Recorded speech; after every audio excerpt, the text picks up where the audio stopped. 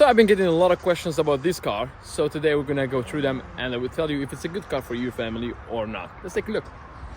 So I got two of them here, two clients. I asked them questions.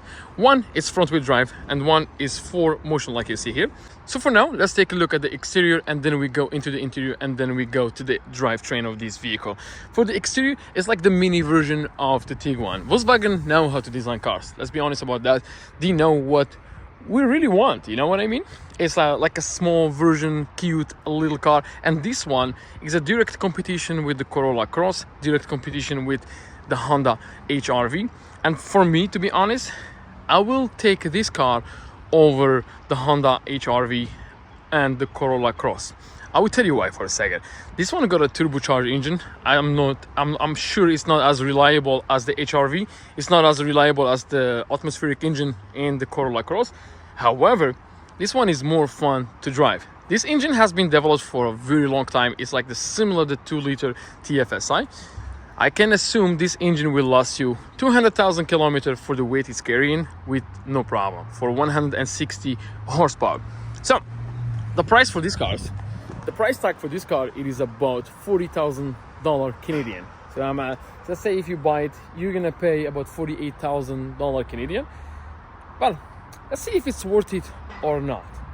So let's take a look at the interior first. Here we go. Let's go for the 4x4. That's the steering wheel. It's a beautiful steering wheel. You got a screen right there, and you got a screen right there, and automatic heating and cooling. There is no sunroof. The back seats are nice.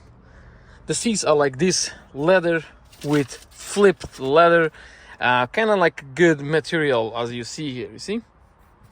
All right, it's automatic. I don't think it comes in manual in Canada here. However, the drivability, it is a fun car. It feels like a bigger Golf you're driving. So, that being said, the back seats, seems there is enough room for your kids or for a bigger person, an adult, going inside. I think, yeah, they kind of have these blue trims. They have these fun colors like red, blue, gray, black, and white. And it's kind of like, you know, shiny colors when you're driving down the street. So, yeah, I think it's a beautiful car, and for the gas mileage, Volkswagen is gonna be happy hearing me saying that. So let's take a look at the engine. Here we go. So here is the engine, and I'm gonna show you the downside of this vehicle. All right, the engine, similar parts to an Audi A3, similar parts to the Golf GTI, so the parts are gonna be available. They're a little pricey, you know, but let me show you what I don't like about this car. This car, when you drive it, kind of make a lot of noise. I'll tell you why. So you see, there is no isolation here in the hood. That's number one thing, which is not good. There is not a good isolation in the back, in the firewall. The third thing, look what they have here. Plastic bags just stashed in the back there. And not in the other side. They have it in the other side too. You see?